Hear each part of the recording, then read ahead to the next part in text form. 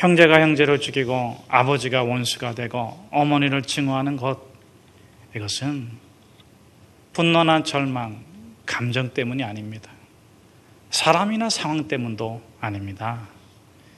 바로 죄 때문입니다. 성경은 이것을 원죄라고 합니다.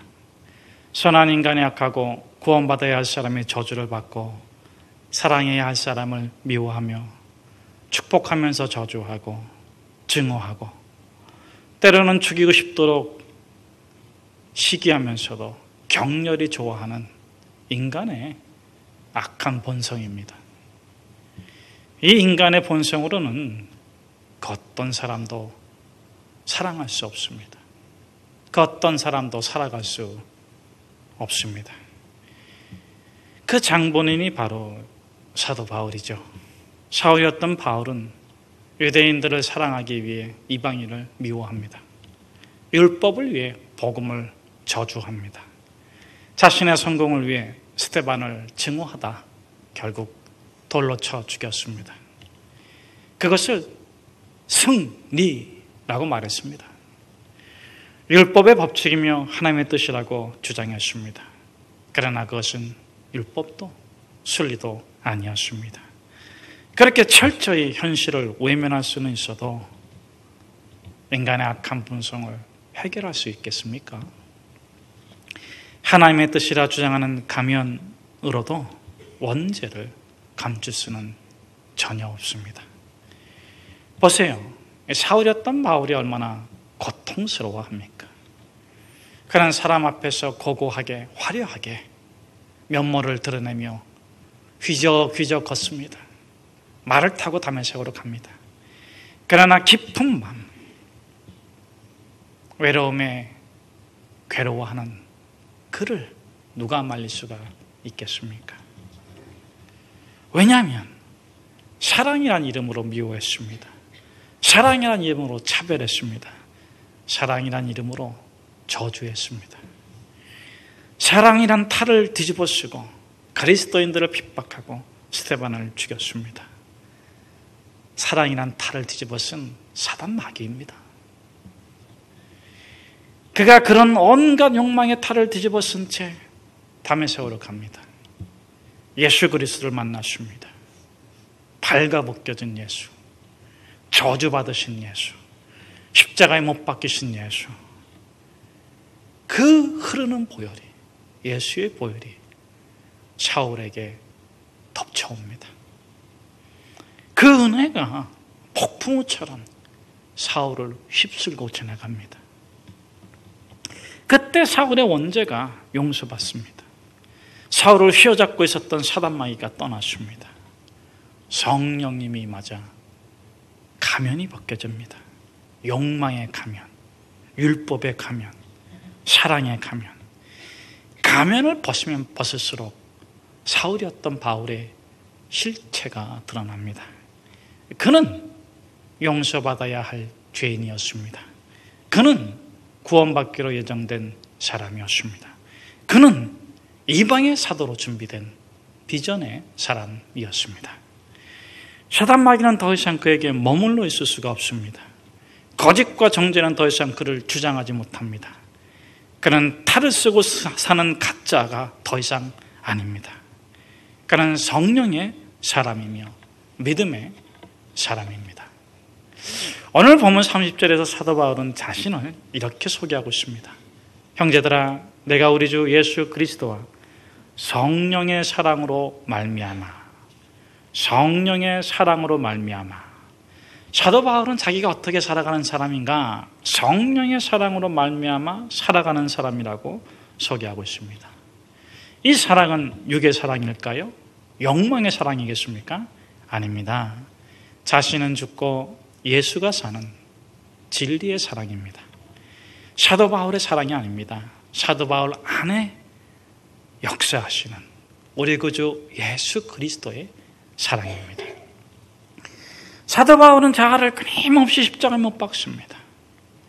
자아를 부인할 때만이 그 사랑으로, 성령의 사랑으로 살아갈 수 있기 때문입니다. 여러분, 사도행전이 무슨 책이죠? 사도행전은 사도들의 행적을 기록한 책입니다.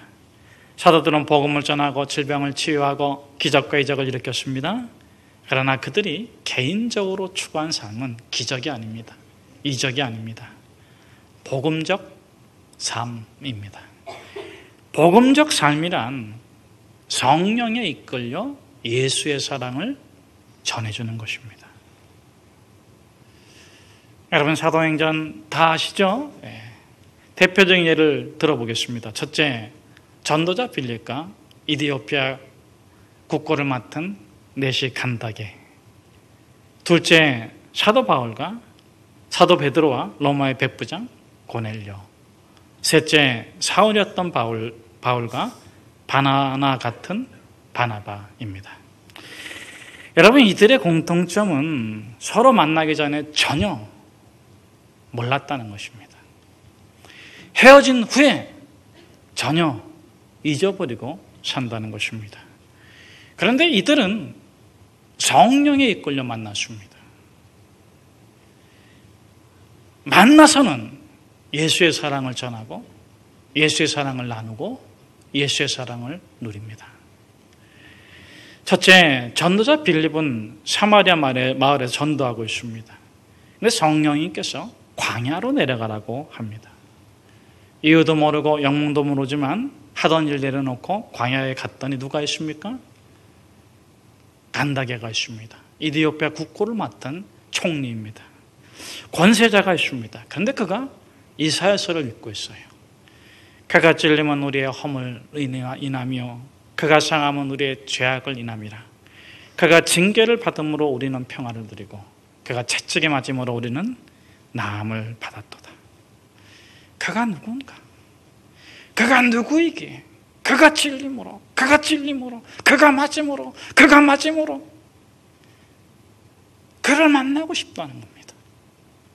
그는 누군지 알 수도 없고 만날 수도 없는 답답함 가운데 있는 이 간다게에게 빌립이 가서 그를 전해줍니다. 그는 예수입니다. 그는 십자가에 죽으셨고 부활하신 예수님입니다. 간다게는 복음을 듣고 세례를 받습니다. 그러고 나서 어떤 일이 납니까? 성령님이 호련히 빌립을 공간 이동시킵니다. 간다게는 마치 꿈을 꾼 것처럼 빌립을 만났습니다. 빌립도 꿈을 꾼 것처럼 간다게를 잊어버립니다. 성령의 사랑입니다. 둘째, 베드로는 이방인 백부장과 고넬료의 베드로와 이부장 고넬료의 사건이에요. 백부장 고넬료의 사건이에요. 여러분, 고넬료가 기도하는데 환상을 봅니다. 베드로를 불러다가 세례를 받으라는 거예요. 그때 베드로는 졸다가 하나님의 음성을 듣습니다. 이방인의 음식이 가득 담긴 모자기를 보는데 무의식 중에 베드로가 부르짖습니다. 더럽습니다. 불결합니다. 나는 이런 거 먹지도 않았습니다. 먹을 수 없습니다. 그런데 하나님 음성이 뭐라고 말합니까? 하나님이 정결하다 한 것을 너가 부정하다 말하지 마라. 그때 고넬료의 사람이 베드로를 데리러 왔습니다. 이방인입니다. 불결합니다. 더럽습니다. 갈 수 없습니다.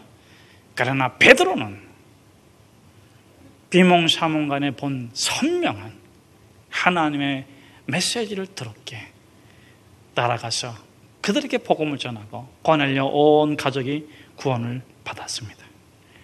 환상 중에 일어난 일이 현실이 되었습니다. 꿈이 현실로 바뀐 것은 무엇 때문입니까? 성령의 사랑입니다. 셋째, 바나나 같은 바나바는 예루살렘의 제자들에게 사울이었던 바울을 소개합니다. 스데반을 죽였습니다. 회심했대지만 아무도 사울과 친구하려고 하지 않습니다. 예수 믿는 공동체에서도 왕따 시키죠? 안 시킵니까? 시킨다고요? 네. 안 시킨다고요? 네. 너 예수 믿고 구원 받아. 그러나 너 우리와 상관없어. 그런데 이 바나바가 사울을 소개시켜주는 거예요. 사울과 놀지 않으면 나 바나바와 놀 수 없다. 나 바나바와 놀고 싶다면 사울과 놀아라. 여러분 잘 알지도 못해요. 근데 그를 보증합니다. 무엇 때문입니까? 성령의 사랑입니다. 사울이었던 바울도 이제 그 사랑으로 살고자 합니다. 로마서를 쓸 때 바울은 나이가 많이 들었어요. 그런데 전도자 빌립처럼 성령이 이끄는 대로 가라 하면 가고 멈추라면 멈추고 주께서 원하시는 곳이라면 공간을 이동해서라도 축지법을 써서라도 달려가고자 합니다. 둘째, 베드로처럼 기존 가치와 전통에 얽매이지 않고 진리를 전하는 괴로움을 즐겁게 누리고자 합니다. 셋째, 바나바처럼 사람을 세워주는 그림자로 살고자 합니다. 오늘 본문은 이렇게 성령의 사랑에 매여 살기를 원하는 사도 바울이 일평생 견지한 삶의 선택을 보여주고 있습니다. 우리 한번 22절에서 24절의 말씀을 같이 한번 함께 읽겠습니다. 그러므로 또한 내가 너에게 가려하던 것이 여러 번 막혔더니 이제는 이 지방에 일할 곳이 없고 또 여러 해 전부터 언제든지 서반으로 갈 때 너에게 가기를 바라고 있었으니 이는 지나가는 길에 너희를 보고 먼저 너희와 사귐으로 얼마간 기쁨을 가진 후에 너희가 그리로 보내주기를 바람이라. 이 참된 꿈에는 두 가지가 있습니다. 이룰 수 있는 꿈이 있고 이룰 수 없는 꿈이 있어요. 이룰 수 있는 꿈은 사명입니다. 사도 바울에겐 이방의 사도로 사는 것입니다. 이룰 수 없는 꿈은 하나님 나라입니다. 반드시 이루어져야 하는데, 마침내 이루어져야 하는데 인간이 이룰 수 있는 게 아닙니다. 환상에서 벗어나십시오. 내 남편은 완벽해. 우리 가정은 완벽해. 환상에서 벗어나기를 부탁드립니다. 오늘 집에 가서 망치로 깨트리기를 축복합니다. 여러분, 하나님의 나라는 반드시 이루어져야 되는데 인간이 이루는 것이 아닙니다. 하나님이 이루십니다. 바울에게는 서바나입니다. 서바나는 사명이 아니에요. 사명은 이방인이에요. 그럼에도 불구하고 바울은 끊임없이 서바나로 가겠다고. 너희 로마를 들러서 서바나로 가고 싶은데 너희가 보내주라고. 왜냐하면 그곳에, 그 미지의 땅에도 하나님 나라가 이루어져야 하기 때문에. 이 서바나를 꿈꿨던 바울은 로마에서 죽어요. 서바나에 가지 못합니다. 그럼에도 그 이룰 수 없는 꿈이라는 것을 알면서도 끊임없이 서바나로 거룩한 꿈을, 상상을 펼쳐갑니다. 왜 그렇게 이룰 수 없는 꿈인 줄 알면서 이미 자신의 꿈을 다 이뤘음에도 불구하고 이룰 수 없는 그 꿈을 포기하지 않는 것입니까? 현실이 너무 힘드니까. 현실이 너무 엉망이니까. 현실은 자기 능력과 한계를 넘어갈 수 없는 고난과 아픔과 괴로움과 저주와 심판과 두려움과 고통 때문에 주저앉고 싶으니까.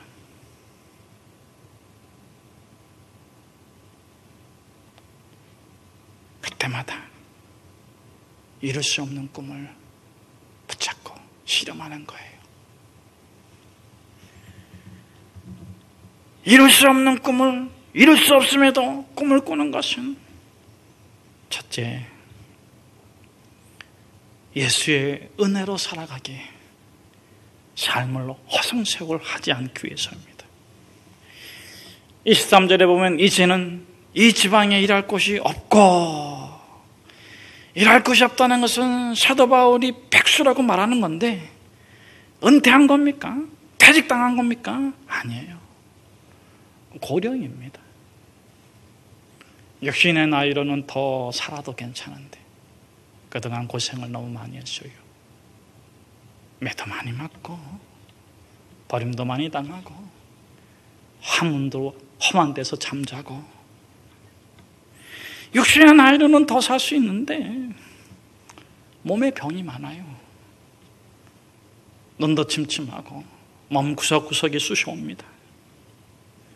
거동이 불편해요.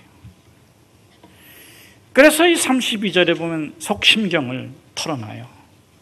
나로 하나님의 뜻을 따라 기쁨으로 너에게 나아가 너희와 함께 편히 쉬게 하라. 편히 쉬어야 되는 상황이에요. 그러나 바울은 허송세월하지 않습니다. 편히 쉬기를 바라면서도 사도 바울은 이 종말의 때를 살아가는 그리스도인들에게, 형제들에게 두 가지를 충고합니다. 첫째, 세월을 아끼십시오. 때가 악합니다. 세월을 아끼세요. 때가 악합니다. 둘째, 로마서 16장 19절, 선한 데 지혜롭고 악한 데 미련합시다. 이룰 수 없는 꿈을 이룰 수 없음에도 꿈꾸는 것은, 둘째, 욕망과 정욕, 유혹과 시련을 끊임없이 뒤집어 쓴 현실에서 끊임없이 자신의 허물을 벗어내기 위함입니다. 디모데후서에 보면 사도 바울은 이렇게 자신의 삶을 자랑하고 있어요. 나는 선한 싸움을 싸웠다. 달려갈 길을 마쳤다. 믿음을 지켰다. 이제 후로는 의의 면류관이 나를 위해서 예비되어 있다. 이 얼마나 자랑스러운 삶입니까? 이 얼마나 당당한 삶입니까? 누가 감히 이렇게 말할 수 있습니까? 누가 감히 나는 의롭게 살았다, 믿음을 지켰다, 선하게 살았다, 의의 면류관 나를 기다린다고 감히 누가 말할 수가 있겠습니까? 한껏 풀벗겨보면 드러난 죄인은 감옥에 가 있고 드러나지 않은 죄인은 여기 있을 뿐이에요. 누가 감히 의롭게 살았다고 말할 수가 있겠습니까? 누가 감히 의의 면류관이 나를 위해서 예비되었다고 말할 수가 있겠습니까? 그러나 사도 바울이 그렇게 말합니다.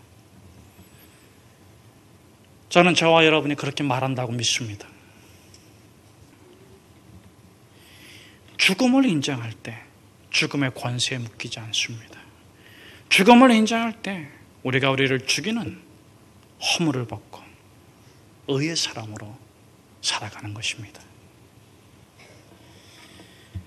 우리 25절에서 29절의 말씀을 같이 읽겠습니다. 그러나 이제는 내가 성도를 섬기는 일로 예루살렘에 가노니 이는 마게도냐와 아가야 사람들이 예루살렘 성도 중 가난한 자들을 위하여 기쁘게 얼마를 연보하였음이라. 저희가 기뻐서 하였거니와 또한 저희는 그들에게 빚진 자니 만일 이방인들이 그들의 영적인 것을 나눠 가졌으면 육적인 것으로 그들을 섬기는 것이 마땅하니라. 그러므로 내가 이 일을 마치고 이 열매를 그들에게 확증한 후에 너에게 들렀다가 서반하러 가리라. 내가 너에게 나아갈 때에 그리스도의 충만한 복을 가지고 갈 줄을 아노라. 사도 바울은 죽음을 경험한 사람입니다. 그런데 신비로운 것은 죽음을 경험할 때마다 살아야 하는 이유가 분명해진다는 것입니다. 삶의 이유는 이 세상이 아닙니다. 육적 행복도 아닙니다. 삶의 이유는 죽음입니다. 영을 죽이고 육을 죽이고 영으로 살고, 죄를 죽이고 의로 살고, 자아를 죽이고 작은 예수로 사는 것입니다. 사도 바울은 예수가 아닙니다. 결코 예수가 될 수 없습니다. 그러나 그리스도 예수의 영이, 성령님이 사도 바울 안에 거하십니다. 성령님이 끊임없이 예수님을 생각나게 합니다. 예수님의 은혜를 부어주십니다. 예수님의 은총이 바울의 내면에 가득 차 있습니다. 바울은 그것을 전해주고 싶은 겁니다. 자신의 경험도 아니고 자신의 지식도 아니고 만물의 찌꺼기만도 못한 그 존재 안에 찾아오신 그 존재를 축복해 주시는, 측량할 수 없는 하나님의 사랑, 그 사랑을 전해주고 싶은 겁니다. 바울은 마치 이렇게 말하는 것 같습니다. 나처럼 고난당하는 분이 계십니까? 예수님 생각하십시오. 나처럼 채찍에 맞으시는 분이 계십니까? 예수님 바라보십시오. 사랑하는 성도 여러분, 날마다 죽음을 생각합시다. 날마다 죽읍시다. 우리 자아가 죽을 때 우리가 예수의 통로가 됩니다. 영적인 것이든 물질적인 것이든 주의 뜻대로 주님의 나라를 이루어가는 거룩한 통로가 될 것입니다. 우리 30절에서 33절의 말씀을 같이 한번 함께 읽겠습니다. 형제들아, 내가 우리 주 예수 그리스도와 성령의 사랑으로 말미암아 너희를 권하노니 너희 기도에 나와 힘을 같이 하여 나를 위하여 하나님께 빌어 나로 유대에서 순종하지 아니하는 자들로부터 건짐을 받게 하고 또 예루살렘에 대하여 내가 섬기는 일을 성도들이 받을 만하게 하고 나로 하나님의 뜻을 따라 기쁨으로 너에게 나아가 너희와 함께 편히 쉬게 하라. 평강의 하나님께서 너희 모든 사람과 함께 계실지어다. 아멘. 십자가는 두 가지입니다. 진리와 사랑. 십자가는 진리입니다. 구원에 이르는 길입니다. 동시에 십자가는 사랑입니다. 의인을 사랑하듯 죄인을 사랑하는 하나님의 청량할 수 없는 사랑입니다. 오늘 본문에서 사도 바울은 그 십자가의 진리가 우리 구주 예수 그리스도라고 말씀합니다. 그렇습니다. 예수 그리스도께서 십자가에 달려 죽으심으로 진리가 사랑으로 완성되었습니다. 예수 그리스도가 십자가의 죽임을 당하기 이전에는 진리를 안다 할지라도 그 어떤 사람도 진리를 따를 수가 없었습니다. 진리를 알지만 진리로 죽음을 이길 수도 없었고, 진리를 믿지만 진리로 살아갈 수도 없고, 진리를 깨달았지만 그 진리대로 사랑할 수도 없었습니다. 진리는 심판이었습니다. 진리는 저주였습니다. 그가 알고 있는 그 진리가 그를 영원한 지옥으로 떨어뜨려 버렸습니다. 그래야만 했습니다. 그런데 예수님이 십자가에 달려 죽음을 이기고 부활하셨습니다. 이 진리, 이 예수 그리스도를 믿는 자마다 진리는 심판이 아니라 사랑입니다. 진리를 알고 진리를 믿는 자마다 진리의 사랑을 받고 진리와 동행하고, 이 진리를 믿는 모든 자들이 모든 죽음의 권세와 사망의 권세에서 해방을 누리고 영생을 누립니다. 오늘 사도 바울은 마치 이렇게 말씀하고 있는 것 같습니다. 사랑하는 성도 여러분, 이 바울처럼 살아갑시다. 성령의 이끌림 받고 살아갑시다.